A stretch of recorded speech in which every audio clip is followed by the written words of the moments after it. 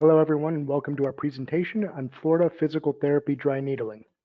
My name is Zachary Edgar, and this presentation is brought to you by Therapy Comply. Therapy Comply is a membership-based compliance education and consulting firm specializing in physical, occupational, and speech therapy. We offer monthly live, full-length continuing education courses, and I have a large library of recorded compliance and clinical courses. We have a large selection of guides, sample forms, and policies on Medicare, TRICARE, HIPAA, NCCI, OSHA, and other important federal laws. We are working on PT, OT, and SLP compliance guides for all 50 states, along with therapy-related information on Medicaid, workers' compensation, home health, facilities, early intervention, school-based services, and other relevant laws. We offer ongoing and comprehensive support for our members, which means that members can email us with any compliance or billing questions for no additional cost.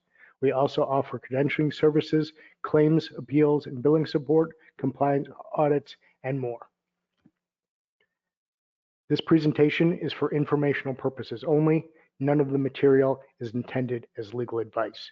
Statutes and regulations are all subject to change. Dry needling, a skilled intervention based on Western medicine that uses filiform needles and other apparatus or equipment to stimulate a myofascial trigger point for the evaluation and management of neuromusculoskeletal conditions, pain, movement impairments, and disabilities. A myofascial trigger point, an irritable section of soft tissue often associated with palpable nodules and taut bands of muscle fibers. Minimum requirements to practice dry needling is completion of 2 years of licensed practice as a physical therapist, completion of 50 hours of face-to-face continuing education from an accredited entity on the topic of dry needling, which must include a determination by the PT instructor that the PT demonstrates the requisite psychomotor skills to safely perform dry needling. The continuing education must include instruction in all the following areas: the theory of dry needling, selection and safe handling of needles and other apparatus or equipment used in dry needling, including instruction on the proper handling of biohazard waste, indications and contraindications for dry needling, psychomotor skills needed to perform dry needling, and post-intervention care, including adverse responses, adverse event record keeping, and any reporting obligations. Supervised experience, completion of 25 patient sessions of dry needling under the following circumstances, one of the following circumstances, will license as a physical therapist in another state or will serving as a physical therapist in the United States Armed Services, under the supervision of a physical therapist who holds an active license to practice physical therapy in any state or the District of Columbia. Supervisor must document that the supervised PT has met the supervision and competency requirements and needs no additional supervised sessions to perform dry needling, and is the responsibility of the supervised physical therapist to maintain all of these documents. Observation of dry needling procedure by a physical therapist licensed in any state or DC who meets the qualifications for practicing dry needling in the state of Florida and who has a minimum of 1 year and 25 sessions of experience treating patients using dry needling. The observation may be in person or via synchronous telehealth. Attestation form. So this form can be found on the Florida Physical Therapy Board's website. It's Physical Therapy Dry Needling Attestation Form DH5057-MQA.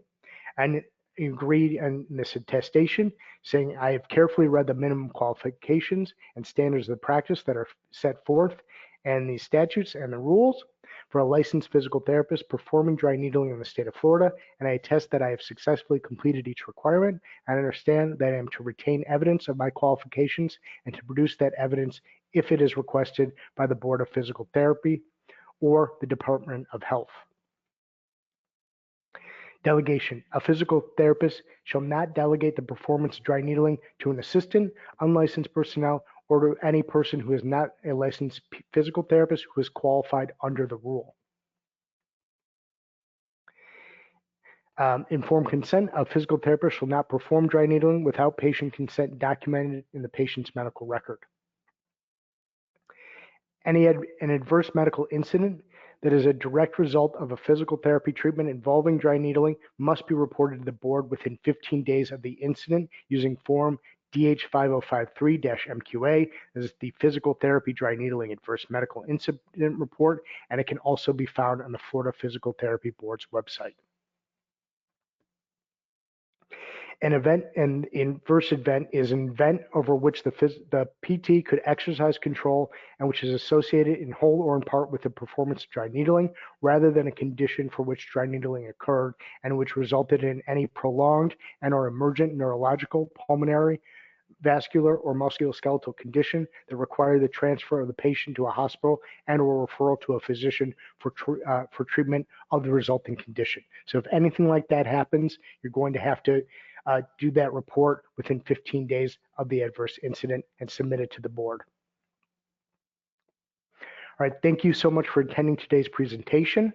If you liked the video, please like and subscribe the video and subscribe to our channel. We're going to be adding a lot more videos.